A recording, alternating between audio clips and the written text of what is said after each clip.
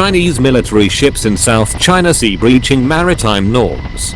The activities and behavior of Chinese military and paramilitary ships in the South China Sea have not been transparent and are not consistent with maritime norms, the commandant of the United States Coast Guard has admitted, as he encouraged Coast Guard in the region to unite and make a pushback against Beijing's inappropriate demeanor. The US Coast Guard commandant, like other officials in the Indo-Pacific, noted the bloated presence of Chinese ships in the South China Sea, including from Beijing's maritime military, but whose activities have not been consistent with or do not observe proper maritime decorum.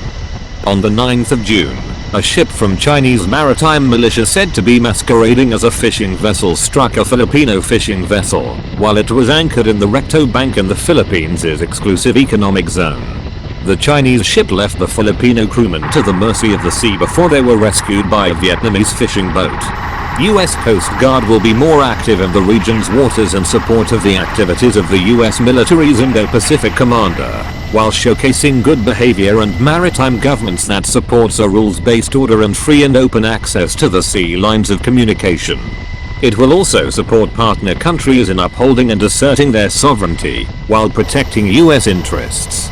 The US Coast Guard commander noted that many countries in the Asia-Pacific do not have the full capacity and capability to guard their sovereign waters, making them vulnerable to narcotics trafficking, human smuggling, illegal, unregulated, and unreported fishing, piracy, and terrorist activities.